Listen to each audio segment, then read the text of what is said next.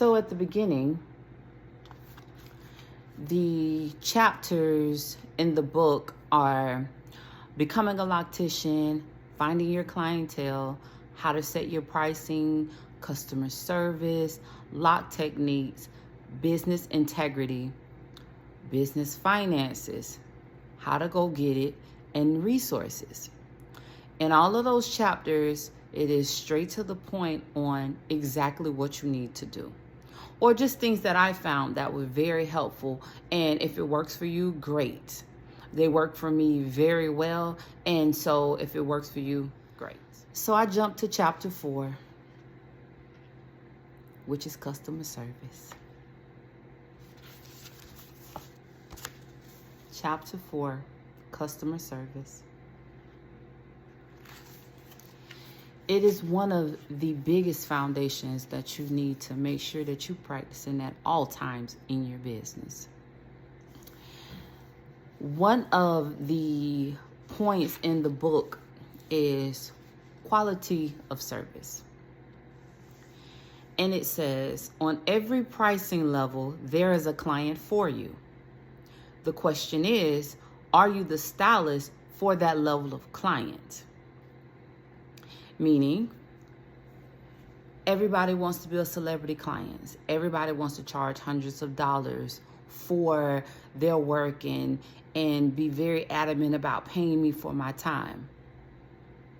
But you're looking for that client, but are you that stylist? Is your place clean? Is the environment that you do hair clean?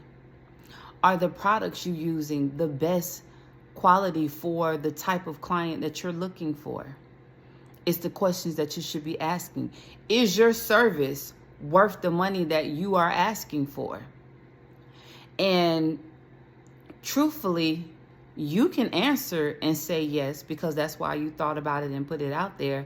But your clients ultimately hold that answer. Because if nobody is paying you what you're asking for, then you are not that stylist. And it's not in a shade way, but you have to build your skill. You have to build your reputation. You have to build certain things in your business so that you can attract that type of client. And, you got to take accountability, take into account, right, what it says here. You must take into account your skill level and the experience that you provide your client. If you are advertising on Craigslist or operating out of a dirty salon, you are absolutely not providing an experience worth hundreds of dollars. That's what the book says. That's what the book says. And that's what experience says as well. And your clients will tell you the same thing. There's no way that you want NFL players, musicians, NBA players, millionaires, or whoever you deem to be a celebrity stylist or a top tier client to pay you hundreds of dollars to have them in a mediocre experience. Dirty salon, absolutely not. Nope. Where they're not safe and they don't feel comfortable when they're coming to get their hair done, absolutely not. They don't leave you feeling comfortable or lighter or like you have exceeded all of their expectations and more. If you have not adjusted to their schedule, because most of those people are busy. Most of them don't have time to fight traffic to come to you. Have you been accommodating enough to them to go to them if they need to, or work outside of the hours that you normally would work? Early mornings, late nights. Adjust your schedule for them. Have you done that?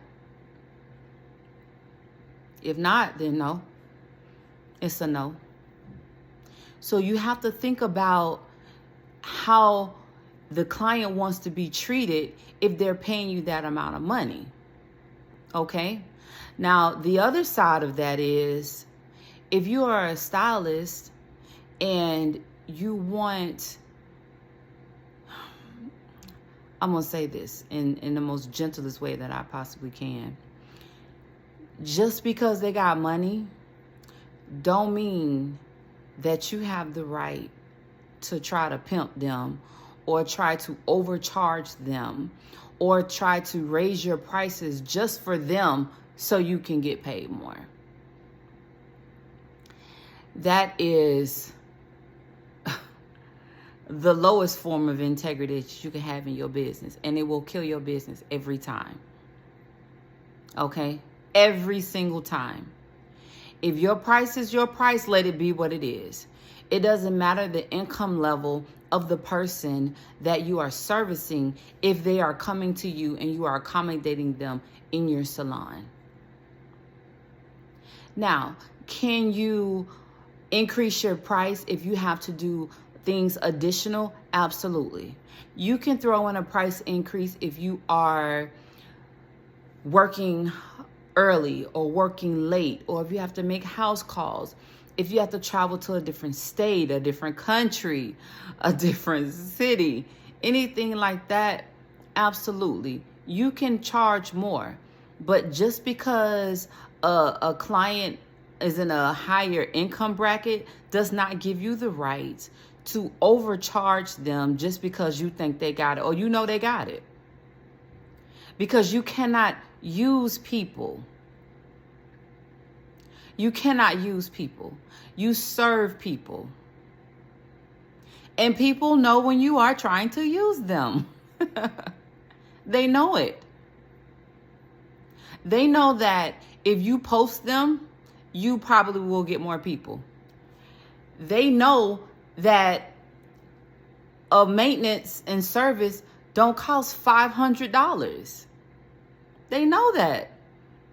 And if they think you are trying to play with them, they will find somebody else. So you as a stylist, you need to decide whether or not you want to be the stylist for this person, or you want to long term, or do you want to temporarily get a certain amount of money to make yourself feel better or for whatever situation that you're in at the time and lose a client for good because you was playing in their face. So you decide. But integrity and customer service goes a very, very long way. As a matter of fact, it is the wind under your business. It will completely carry you for years to come.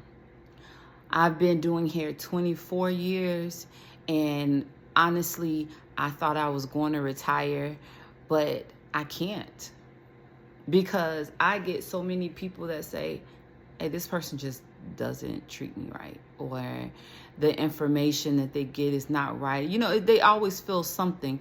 And I know it's just because the customer service and the integrity of the business that I've put in over years and years is still standing, and people remember that.